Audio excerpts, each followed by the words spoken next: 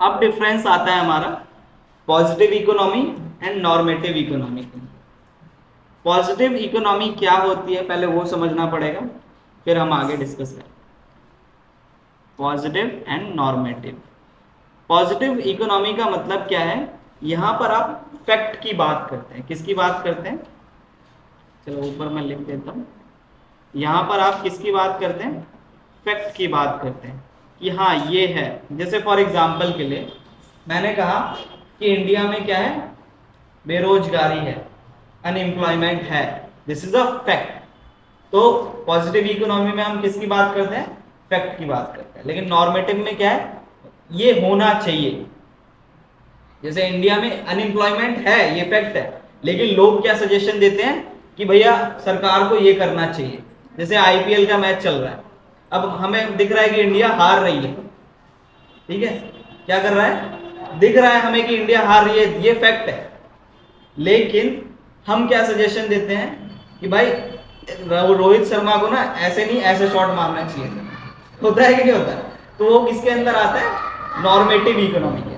Normative economy में आप suggestion देते हैं, तो यहाँ पर आगे लिखा हुआ है देखो। पॉजिटिव इकोनॉमी की क्या बात है, तो positive economy deals with what is, क्या है ना, और how economic problem are actually solve. तो यहाँ पर आप एक्चुअल में देखते हैं कि क्या प्रॉब्लम है और वो कैसे सॉल्व हो सकती है। लेकिन नॉर्मेटिव में क्या है, it deals with what ought to be, क्या होना चाहिए, इसके ऊपर बात करता है। ठीक है, बस यहाँ पर सजेशन ही सजेशन देना है, होता कुछ नहीं है। फिर क्या है, वेरिफिकेशन, तो यहाँ पर वेरीफाई कर सकते हैं।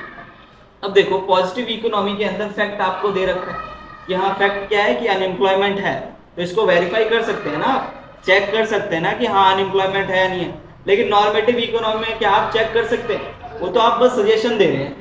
तो यहाँ पर हम फैक्ट को वेरीफाई नहीं कर सकते, यहाँ पर हम फैक्ट को वेरीफाई कर सकते। फिर क्या है, पर्पस, इसका पर्पस क्या होता है, तो पॉजिटिव इकोनॉमी का पर्पस क्या है, aims to give a real and factual description of an economy activity. तो ये क्या प्रोवाइड करता है, रियल और एक्चुअल जो डिस्क्रिप्शन है या एक्चुअल इंफॉर्मेशन आपको देता है इकोनॉमी के बारे में या इकोनॉमिक एक्टिविटी के बारे में। समझ में आ रहा है?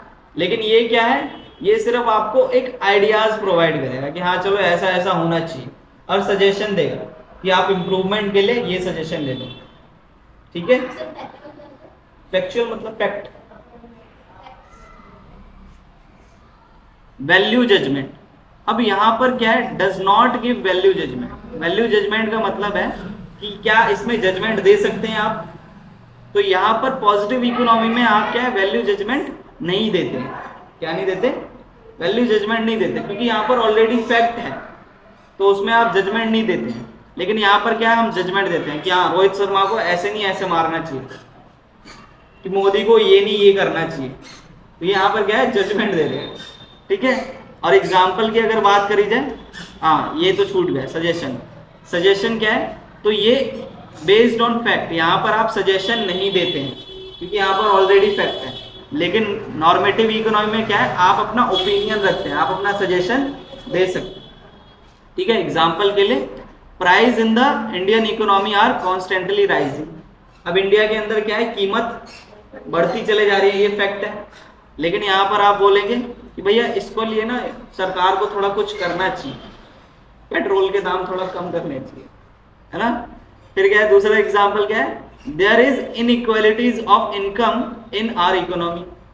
इनकम क्या है, इनकम के अंदर इनइक्वालिटी है। इनइक्वालिटी का मतलब समानता नहीं है, किसी की इनकम बहुत ज्यादा है, किसी की इनकम बहुत कम है। तो यहाँ पर बोल रहे हैं कि इनकम इक्वालिटी को कम करना चाहिए। तो यहाँ पर सिंपल अगर लैंग्वेज में कहा जाए तो पॉजिटिव के अंदर क्या है, फैक्ट आप देखते हैं, और नॉर्मेटिव के अंदर क्या है, सजेशंस देखते हैं, हाँ कि ऐसा होना चाहिए ऐसा नहीं। ठीक है, क्लियर है पहले इतना पॉइंट, धीरे धीरे आगे बढ़ेंगे।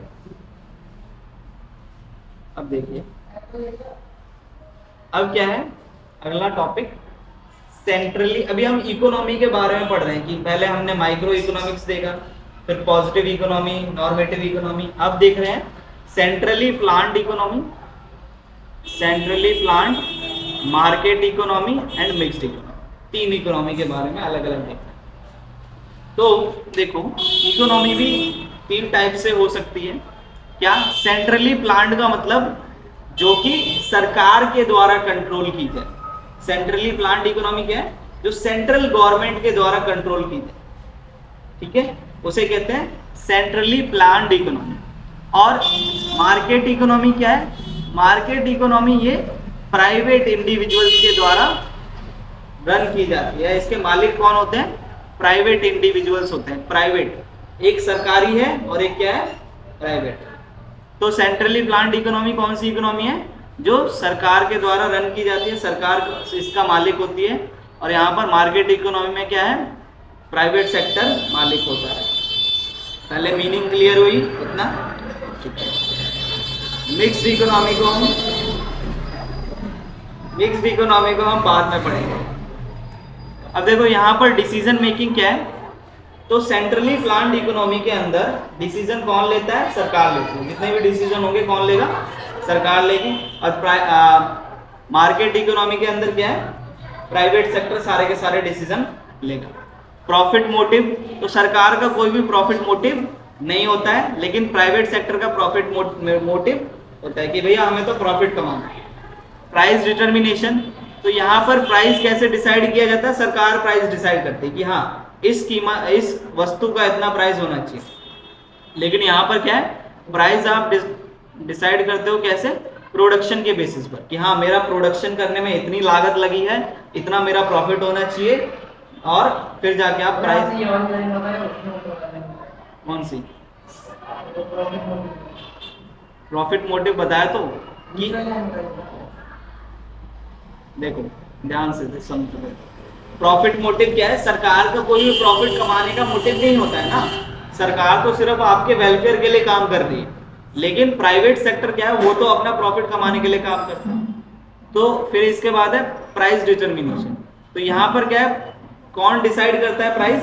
सरकार डिसाइड करती है सेंट्रली प्लान्ड इकोनॉमी के अंदर। लेकिन किसके अंदर? मार्केट इकोनॉमी में कौन डिसाइड करता है? प्राइवेट सेक्टर आपका प्राइस डिसाइड करेगा कि हाँ ये प्राइस होगा, ये प्राइस नहीं होगा। कंज्यूमर चॉइस, तो यहाँ पर क्या होता है? Limited consumer choice as production is planned by government. यहाँ पर कंज्यूमर की चॉइस नहीं होती है। यहाँ पर किसकी चॉइस होगी? सरकार डिसाइड करेगी कि हाँ मेरे को ये प्रोडक्शन करना चाहिए, ये नहीं करना चाहिए। और सरकार कैसे डिसाइड करती है? जिस या इकोनॉमी के अंदर जिस टाइप ऑफ लोगों को जो प्रोडक्ट चीजें चाहिए उसी के हिसाब से सरकार प्रोवाइड करती है, ठीक है। और यहाँ पर क्या है? तो यहाँ पर क्या है? Wide variety of choice. अब कोई भी प्राइवेट सेक्टर है वो तो फायदा चाहेगा, तो इसलिए वो प्रोवाइड करेगा जो आप चाहते हैं।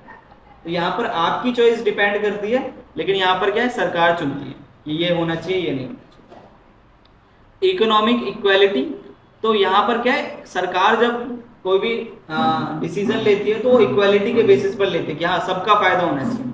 लेकिन प्राइवेट सेक्टर क्या देखता है कि यहाँ पर इक्वालिटी नहीं होनी चाहिए। भाई अंबानी है ना, तो जैसे मान लो कौन सा कोई ब्रांड है जो सिर्फ लग्जरी ब्रांड होता है? ज़ारा, गुच्ची, और एप्पल। चलो एप्पल ले लेते हैं, एप्पल का एग्जांपल लेते हैं। तो एप्पल क्या कर रहा है? आईफोन क्या कर रहा है? एप्पल सिर्फ किसके लिए प्रोडक्शन कर रहा है? जो लग्जरी लोग होते हैं, जो हाई जिनकी इनकम है, तो वो इनइक्वालिटी देख रहा है। वो सिर्फ किसके लिए बना रहा है? जो भाई अच्छा पैसा है जिनके पास, वो खरीद सकते हैं। लेकिन जो गरीब लोग हैं वो तो फिर रेडमी खरीदेंगे, है ना। तो यहाँ पर एग्जाम्पल क्या है? यहाँ पर देखो सेंट्रली प्लान्ड इकोनॉमी के अंदर नॉर्थ कोरिया, ठीक है, क्यूबा, ये एग्जाम्पल है आपके। या ये इकोनॉमी क्या है? सेंट्रली प्लान्ड है, सरकार यहाँ पर सारे के सारे डिसीजन लेती है। और मार्केट इकोनॉमी की अगर बात करी जाए तो यूएसए, यूके, ऑस्ट्रेलिया, ये क्या है? मार्केट इकोनॉमी होती है। अब मिक्स्ड इकोनॉमी की हम बात करते हैं। तो मिक्स्ड इकोनॉमी क्या है? जहां पर सरकार और प्राइवेट सेक्टर दोनों का इक्वल पार्टिसिपेशन होता है, उस इकोनॉमी को कहते हैं क्या? Mixed economy. तो यहाँ पर क्या है? मीनिंग हमने समझ ली। ऑनरशिप किसके पास होती है? दोनों के पास होगी, सरकार के पास भी होगी और प्राइवेट सेक्टर के पास भी होगी। डिसीजन मेकिंग, दोनों मिलकर डिसीजन लेते हैं। फिर क्या है, प्रॉफिट मोटिव, तो यहाँ पर प्रॉफिट इज इंपॉर्टेंट लेकिन उसके साथ साथ सोशल वेलफेयर भी करते हैं। तो यहाँ पर दोनों चीजें होती हैं, प्रॉफिट भी कमाते हैं और सोशल वेलफेयर भी करते हैं। फिर है प्राइस डिटर्मिनेशन, तो प्राइस डिटरमाइन कैसे किया जाता है, price are influenced by both market and government regulation, तो दोनों मिलकर डिसाइड करते हैं कि हाँ इतना प्राइस होना चाहिए किसी भी प्रोडक्ट का। फिर क्या है, कंज्यूमर चॉइस, तो यहाँ पर बैलेंस रहता है, क्या इसका गवर्नमेंट भी देखती है और प्राइवेट भी देखती है कि हाँ ये हमें प्रोडक्ट बनाना चाहिए। जैसे फॉर एग्जांपल के लिए अभी जो है अडानी के साथ सेंट्रल गवर्नमेंट, जो इंडिया की गवर्नमेंट है, उसने कुछ क्या किया है, क्या कहते हैं, टाई अप किया है, उसको कंबाइन किया है और वो मिलके हाँ कोलैब किया है, उसके साथ वो फिर कुछ पुल वगैरह या प्रोडक्शन कर रहे हैं। ठीक है, तो यहाँ पर क्या है कि दोनों की दोनों मिक्स है, प्राइवेट सेक्टर भी आया और सरकार भी है। ठीक है, और इसके बाद इकोनॉमिक इक्वालिटी, तो यहाँ पर क्या है, government tries to reduce economic inequality, यहाँ पर इकोनॉमिक इनइक्वालिटी सरकार कोशिश करती है कि नहीं आए, समानता बनी रहे। और एग्जाम्पल के लिए क्या है, यहाँ पर मिक्स्ड इकोनॉमी, इंडिया क्या है मिक्स्ड इकोनॉमी का एग्जाम्पल है, चाइना क्या है मिक्स्ड इकोनॉमी का एग्जाम्पल है, और फ्रांस क्या है। पहले इतना समझ में आया, तो यहाँ पर अब सेंट्रली प्लान्ड इकोनॉमी को आप कंट्रोल्ड इकोनॉमी भी बोल सकते हो, इसका दूसरा नाम, और इसको क्या बोल सकते हैं, फ्री इकोनॉमी भी बोल सकते हैं। तो कंफ्यूज नहीं होना, अगर पेपर में आ जाए तो छोड़ के आ जाए। ठीक है, आगे बढ़े। अगला डिफरेंस है क्या, capitalist economy and socialist economy. तो इसके वर्ड से ही हम थोड़ा समझ जाएंगे यहाँ पर, कैपिटलिस्ट एंड सोशलिस्ट। तो कैपिटलिस्ट इकोनॉमी क्या होती है, यहाँ पर आपका मोटिव होता है प्रॉफिट कमाना, पैसे ही पैसा होना चाहिए। लेकिन सोशलिस्ट इकोनॉमी के अंदर आपका मोटिव क्या होता है कि भैया हम सोशल सेवा करेंगे, सोशल सर्विस करेंगे, समाज सेवा करेंगे। ठीक है, फिर क्या है, ownership of means of production, तो यहाँ पर मालिकाना हक, प्रोडक्शन करने का हक किसके पास होता है, प्राइवेट सेक्टर के पास होता है। सारा इकोनॉमी के अंदर जो भी प्रोडक्शन करेगा वो प्राइवेट सेक्टर करेगा इस इकोनॉमी के अंदर, लेकिन यहाँ पर किसके पास होता है, सरकार।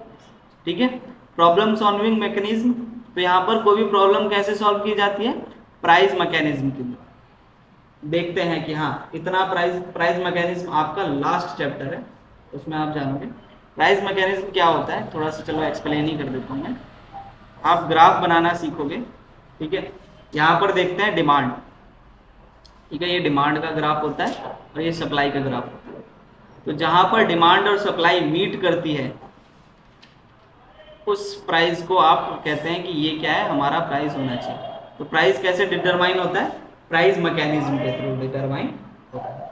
ठीक है, फिर इसका दूसरा नाम क्या है, फ्री मार्केट इकोनॉमी। क्या दूसरा नाम है, और इसका नाम क्या है, सेंट्रली प्लान्ड इकोनॉमी। ठीक है, और यहाँ पर देखो प्रॉब्लम सॉल्विंग मैकेनिज्म के लिए क्या यूज करते हैं, सेंट्रली प्लान्ड अथॉरिटी होती है। ठीक है, जिसे आप प्लानिंग अथॉरिटी भी बोलते हैं। और क्या कहते हैं, प्लानिंग अथॉरिटी इंडिया के अंदर कौन है, नाम याद नहीं आ रहा मेरे को,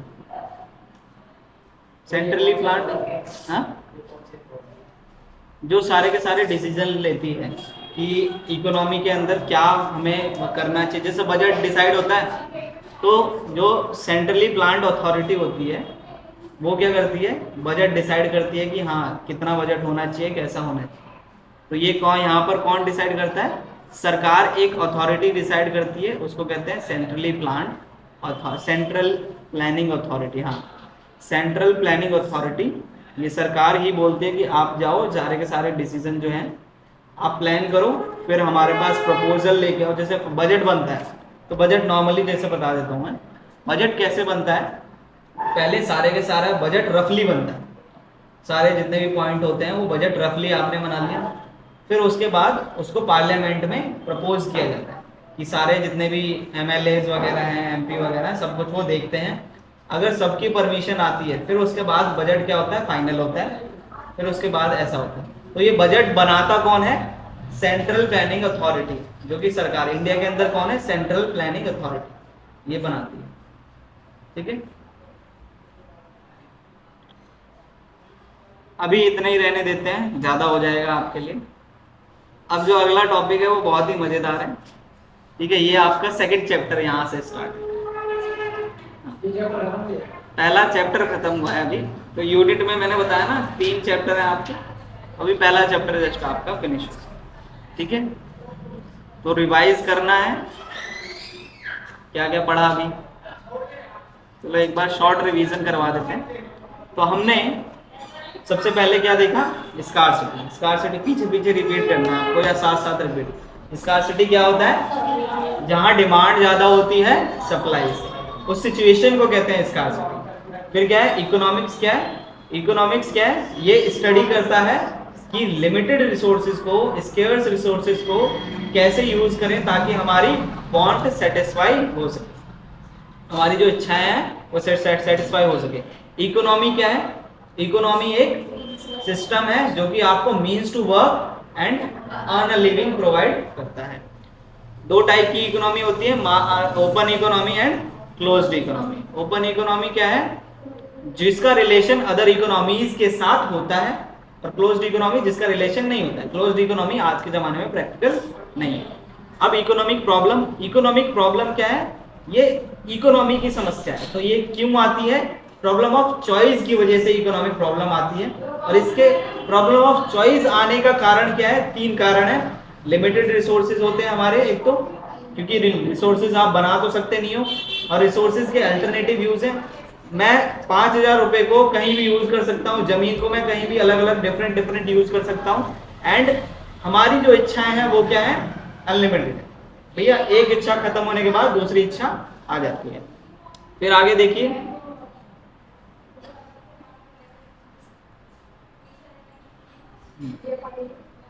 आगे क्या पढ़ा हमने? Micro economics and macro economics. Micro economics क्या है? इंडिविजुअल के बारे में स्टडी करता है, और मैक्रो इकोनॉमिक्स पूरी की पूरी इकोनॉमी के बारे में स्टडी करता है। सिर्फ इतना ही जान लोगे, पूरा रिवाइज कर लेना घर से। फिर है पॉजिटिव इकोनॉमी। पॉजिटिव इकोनॉमी किसके बारे में बात करता है? फैक्ट के, ये फैक्ट है, ये होना चाहिए। और नॉर्मेटिव इकोनॉमी किसके बारे में बात करते हैं? क्या ऐसा सजेशन के बारे में बात करते हैं, ऐसा होना चाहिए, ऐसा नहीं होना चाहिए, what ought to be, what not ought to be. ठीक है, फिर क्या हमने देखा? Centrally planned economy, market economy and mixed economy. Centrally planned economy क्या है? जो सरकार के द्वारा चलाई जाए वो इकोनॉमी सेंट्रली प्लान्ड इकोनॉमी होती है। जो प्राइवेट सेक्टर के द्वारा इकोनॉमी चलाई जाए उसे कहते हैं मार्केट इकोनॉमी। और मिक्स्ड इकोनॉमी जिसमें दोनों कंबाइन होकर इकोनॉमी चला। ठीक है, फिर क्या है आपका? Capitalist economy and social economy, या सोशलिस्ट इकोनॉमी भी बोलते हैं। तो कैपिटलिस्ट इकोनॉमी क्या है? यहाँ पर आपका मोटिव होता है प्रॉफिट कमाना। कैपिटल का मतलब पैसा, प्रॉफिट कमाना आपका मोटिव होता है। और सोशल इकोनॉमी के अंदर आपका क्या मोटिव होता है? सोशल वेलफेयर करना, कि हम सोशल वेलफेयर करेंगे, समाज सेवा। ठीक है, इतना ही था, तो आज के लिए इतना ही है।